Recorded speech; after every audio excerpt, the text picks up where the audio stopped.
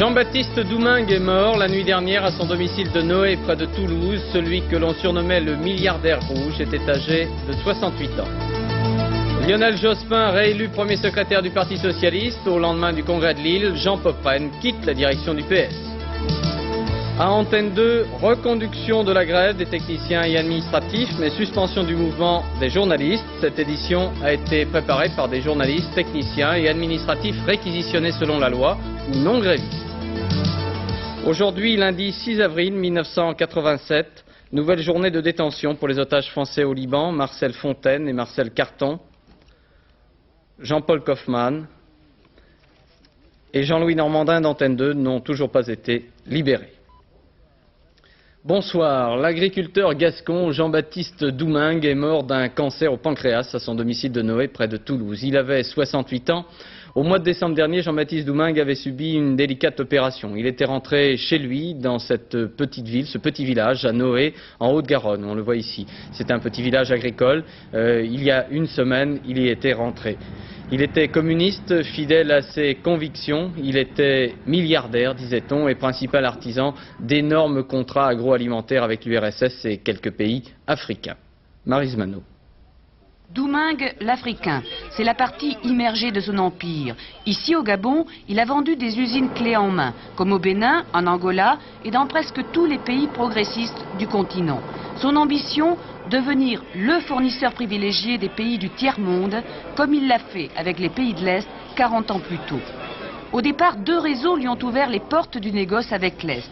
Le réseau communiste, il adhère au parti à 16 ans, séduit par le Front populaire, et le réseau de la résistance. D'ailleurs, le premier gouvernement de Gaulle lui demande dès 1944 de créer un groupe de coopératives agricoles dans le sud-ouest. Son empire naît, et c'est à cette époque qu'il rencontre Gorbatchev pour la première fois. Oui, je le connais parce que vous êtes un spécialiste des questions agricoles, dont je suis. Et que dans le temps, il était responsable d'une province, entre la Caspienne et la mer Noire, qui ressemble à Toulouse. Je l'ai connu à ce moment-là. Et puis il a fait son chemin. Et moi le mien, mais lui c'est lui et moi c'est moi. À Moscou, au bureau d'Interagra, il négocie à bas prix les stocks agricoles européens. Au passage, il empoche de fortes commissions qui viennent grossir son chiffre d'affaires. 13 milliards de francs pour une quarantaine de sociétés. La succession sera difficile. Il y a son fidèle bras droit, Samuel Kouba, et son fils Michel, responsable du pétrole du groupe. Mais comme le disait Jean-Baptiste lui-même, il n'y aura qu'un seul Doumingue. Il y a 600 députés, il y a 45 ministres, il y a qu'un Doumingue. Alors personne ne peut me remplacer. Ce milliardaire communiste avait une très forte personnalité, s'intéressait aussi bien au sport qu'à la haute couture. Parmi les réactions, je retiens celle de Michel Poniatowski, qui rend hommage aux qualités de cœur et d'intelligence de M. Doumingue. Le Parti communiste, qui était réuni en comité central, a observé 1 minute de silence à sa mémoire. Le groupe coopératif que présidait Jean Doumingue restera une grande puissance, et l'expérience qui le caractérise. Mais c'est vrai que c'est une grande perte. Et au comité central, ce matin, nous avons observé 1 minute de silence à ce communiste fidèle à son engagement de jeunesse et qui s'est conduit toujours dans le sens des intérêts de la France, des intérêts des idées progressistes qui étaient les siennes. Par-delà des convictions différentes, j'avais de l'estime pour cet homme qui a aussi le mérite tout au long de sa carrière de progresser en permanence. Il faut se rappeler que c'était un salarié agricole, mais que son bon sens, son intelligence et sa verve méridionale lui a permis de se situer parmi les grands du commerce international. Il laissera un vide certainement dans les relations commerciales franco-soviétiques, et pas seulement franco-soviétiques, parce que son activité s'étendait bien au-delà. Il a su mettre en place des mécanismes commerciaux intégrant des éléments comme la compensation d'achat de certains produits par d'autres, en avance sur d'autres négociants, et il laissera certainement un vide, et c'est une perte, je pense, pour l'agroalimentaire français. Le président de la République a rendu hommage aux patriotes dotés de fortes convictions et d'un exceptionnel esprit d'entreprise. Le président Mitterrand qui est arrivé cet après-midi à Lisbonne pour une visite officielle de 3 jours au Portugal. C'est la première visite d'un chef d'État dans ce pays depuis que les Portugais sont entrés dans le marché commun. Mais au Portugal, M. Mitterrand arrive en pleine crise politique. Pour Antenne 2, reportage Bernard Pradino. En fait, la crise politique portugaise n'aura pas de conséquences sur le voyage de M. Mitterrand à Lisbonne, quand bien même cette crise intéresse le président français. M. Mário Soares, son ami de longue date, n'est plus officiellement socialiste depuis qu'il a été élu président de la République en 1985. Le Premier ministre démissionnaire, M. Cavaco Silva, qui est de droite, centre-droit, s'entendait plutôt bien avec M. Soares. Mais les éventuelles analogies avec la situation française de cohabitation s'arrêtent là. Il y a des différences, dont la principale est celle-ci. Le gouvernement portugais était minoritaire à l'Assemblée. En tout cas, pour en revenir au voyage lui-même, il n'y a aucun contentieux entre la France et le Portugal et les conversations mettront sans doute en évidence l'identité de vue des deux pays sur la défense européenne, les rapports commerciaux avec les États-Unis et bien entendu l'amélioration des échanges entre Paris et Lisbonne. Au monastère des Hiéronymites, Bernard Pradino, Antenne 2. Fin de la visite du pape Jean-Paul II au Chili, après 6 jours au cours desquels les incidents avec la police chilienne ont fait 1 mort et plus de 600 blessés. Jean-Paul II est arrivé ce soir en Argentine, pays, lui, qui a retrouvé la démocratie. Commentaire Bruno Ledrev sur les dernières heures du pape au Chili. Après les pierres, les chants. Après les durs affrontements qui ont fait 1 mort et 600 blessés la semaine dernière, Jean-Paul II a été accueilli aujourd'hui par la sage ferveur des foules du nord du Chili. Après les pancartes protestant contre la torture, après les cris de liberté, liberté, on reçoit ici le pape avec des mouchoirs blancs de bienvenue et des banderoles aux couleurs du Vatican. Les derniers jours de la visite du pape au Chili n'auront donc été qu'une succession d'étapes presque semblables. Accueil enthousiaste, joie évidente de l'entourage du Saint-Père, décontraction du service d'ordre. C'est à nouveau Jean-Paul II, superstar. Après avoir célébré une messe, le pape a visité aujourd'hui la prison d'Antofagasta, où sont détenus une quinzaine de prisonniers politiques. Il y en a environ 400 au Chili. 400 politiques qui ont mené 18 jours durant une grève de la faim pour protester contre la manière dont ils sont traités par les tribunaux militaires et contre leurs conditions de vie en prison. Une grève qui s'est terminée vendredi.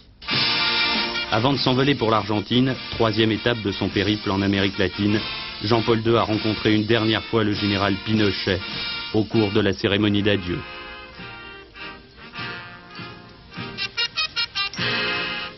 Au Liban, un convoi de vivres offert par le Koweït a pu pénétrer dans le camp de réfugiés palestiniens de Shatila. Un Palestinien a été tué alors qu'il aidait à décharger les camions. Un accord avait été conclu entre les Palestiniens et la milice chiite Hamal pour lever le blocus alimentaire des camps. Le chef de l'État d'Israël, M. Haim Herzog, est en visite officielle en République fédérale allemande. C'est la première visite d'un chef d'État israélien depuis la fin de la guerre et la fin de l'Holocauste. Seuls les morts peuvent pardonner, les vivants n'ont pas le droit d'oublier, déclarait le président israélien dans le camp de Bergen-Belsen où 550 000 juifs furent exterminés.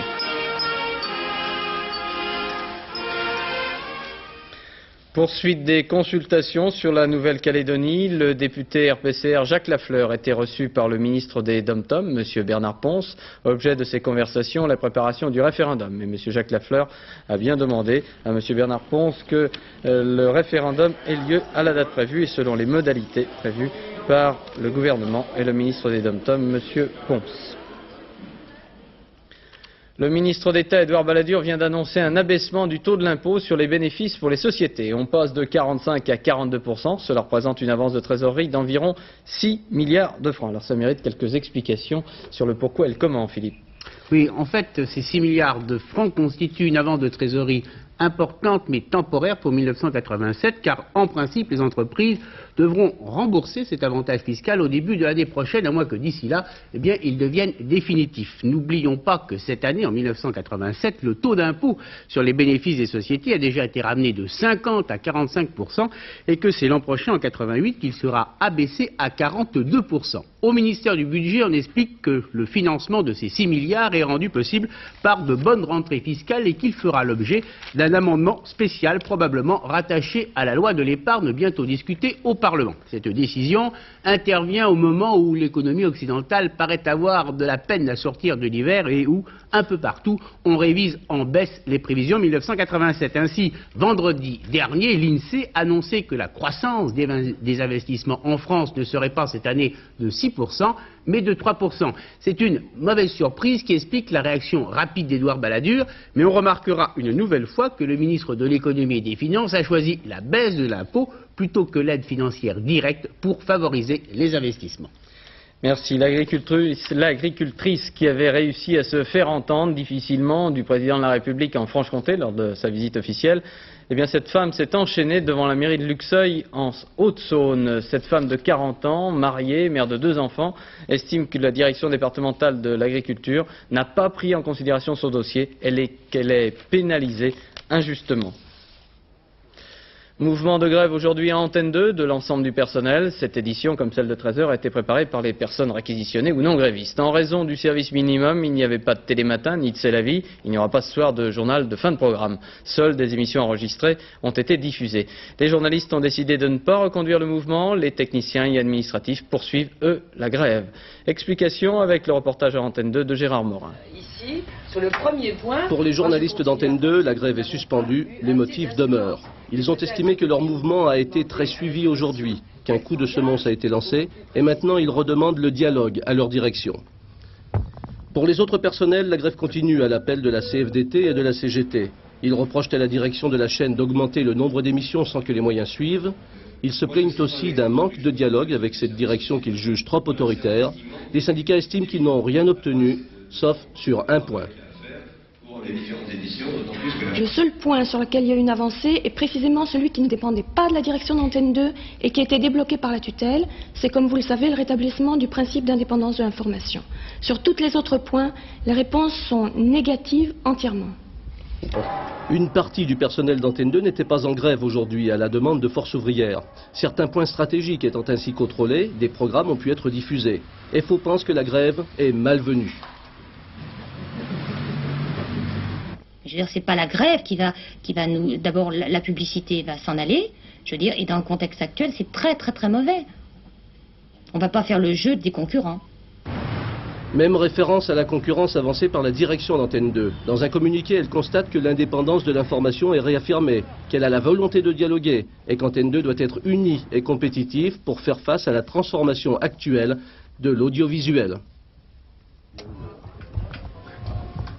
La Société des journalistes d'Antenne 2 a élu un nouveau président, Gérard Leclerc. Elle constate que le mouvement de grève exprime le malaise actuel et s'inquiète quant au respect du principe d'indépendance dans l'information. C'est une question de dignité et de survie du service public, peut-on lire notamment dans le communiqué de la Société des journalistes d'Antenne 2. Depuis vendredi dernier, une fuite de sodium a été constatée autour de la centrale nucléaire de Cresmes-Malville. C'est un incident sérieux selon la CFDT. Mais les responsables de la centrale affirment qu'il n'y a pas de danger pour l'environnement. Jacques Violet. À Cresmes-Malville, ce qui fait fonctionner la machine, c'est-à-dire le cœur nucléaire, ne contient plus de l'uranium, mais un mélange uranium-plutonium. L'irradiation est beaucoup plus forte, les spécialistes disent à neutrons rapides. Superphénix produit plus de plutonium qu'il n'en consomme, d'où une installation plus dangereuse qu'une centrale classique. La fuite de sodium liquide, constatée depuis 8 jours, et que 50 techniciens d'EDF n'ont toujours pas détecté avec précision, ne concerne pas les circuits primaires et secondaires du réacteur.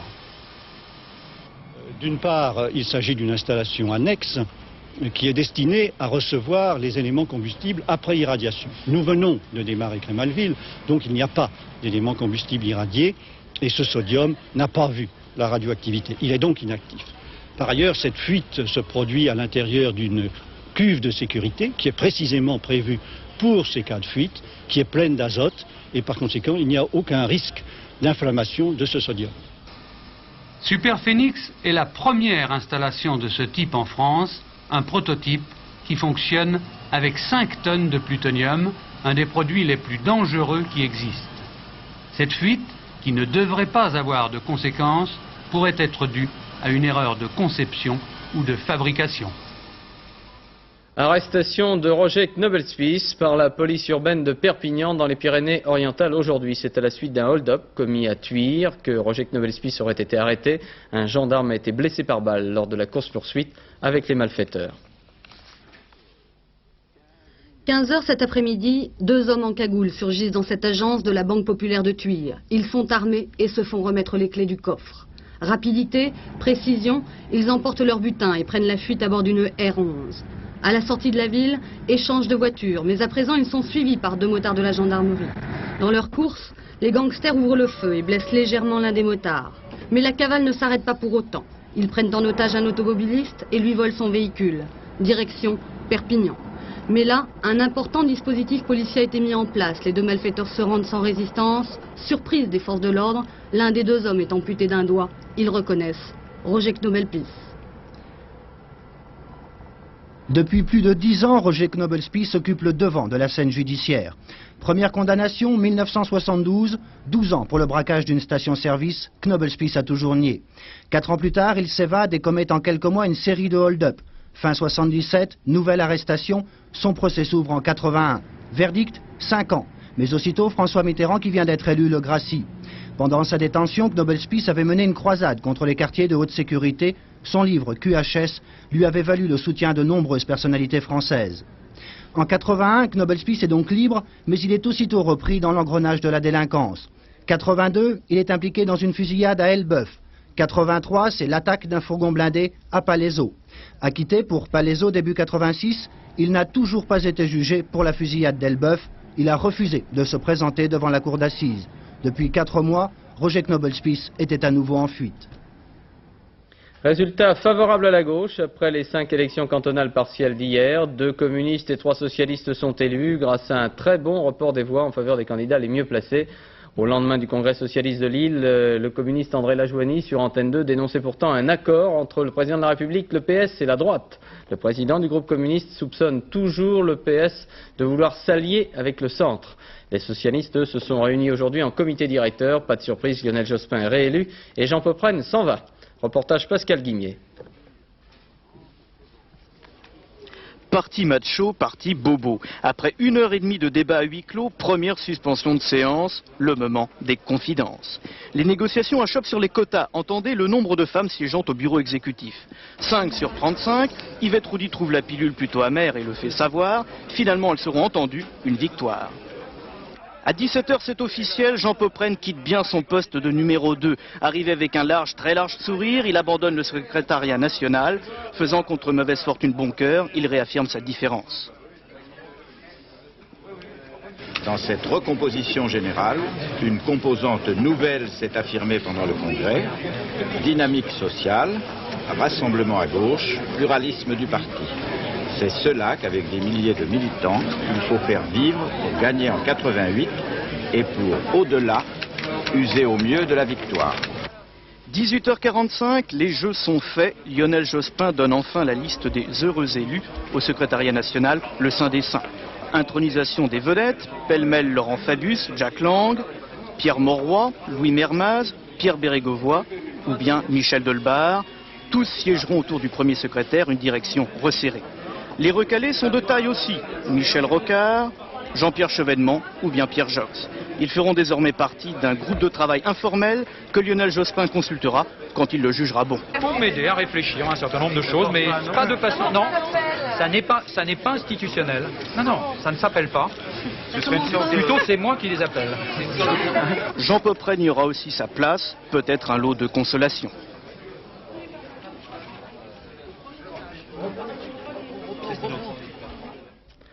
Les préparatifs pour le redressement du car-ferry Herald of Free Enterprise au large de Zeebruges sont terminés. La coque du bateau contiendrait encore 134 corps. L'opération de renflouement devrait avoir lieu demain matin. Sur place, Patrice Pellet. Demain à 7h45, le Herald of Free Enterprise sera renfloué.